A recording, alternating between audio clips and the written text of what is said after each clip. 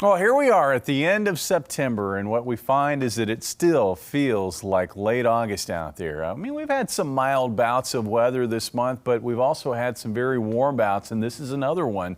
Skies mostly sunny right now. Temperatures sitting in the 80s, 83 currently, with light winds out of the east-southeast. Looking at the month of September again, you can see it was mild to start off. Then we had that hot episode there in the middle of the month where we went 8 straight days with 90-degree highs. We hadn't done that since 1983 here in Springfield in the month of September. Since then, we got into that wet period of weather late that week and into last week. And since then, we've seen the weather pattern really quiet down and get warm again. Average highs this time of the year are in the upper 70s, so we're talking mid-80s. In fact, we're actually talking mid to upper 80s for highs over the course of the next 6 to 7 days.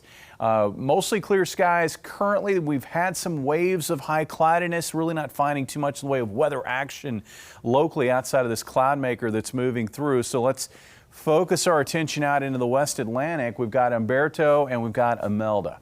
Imelda is now a hurricane. It still looks like Umberto is going to open the door for Imelda to move on off toward the northeast as a trough.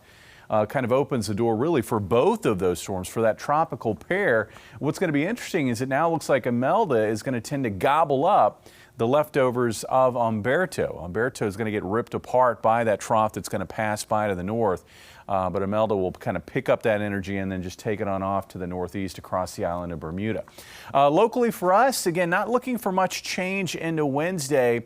And as far as rain chances, you know, when you get into a pattern like this, you kind of have to look for those subtle changes that might bring about a risk of a few showers, because that's all we'd be talking about. I don't think we're going to see that through Wednesday. I expect Wednesday to be a dry day with a dry air mass overhead. But as we look southeast, there is going to be a pocket of moisture moving across Mississippi, and that will continue to spread northwest into south central Missouri and north central areas of Arkansas as we work into Thursday afternoon. That little uptick in atmospheric moisture is probably going to be just enough to generate a few isolated showers in those areas. For us tonight, we're going to find mostly clear to partly starry skies. For tomorrow, I think the high cloudiness is going to try to thin out from southwest to northeast, but we'll bubble up some clouds. So generally looking at a mostly sunny day. And then tomorrow night looks mostly clear. And as we get into Thursday, watch what happens. We're going to bubble up clouds as we work into the afternoon. And from some of those clouds, we should find a little bit of wet weather in places like Berryville and Harrison, maybe into West Plains. The showers that we see will be very isolated in nature, but again, a chance of a little wet weather. Temperatures tonight dropping off to about 59, looking at highs tomorrow in the 80s again, about 86.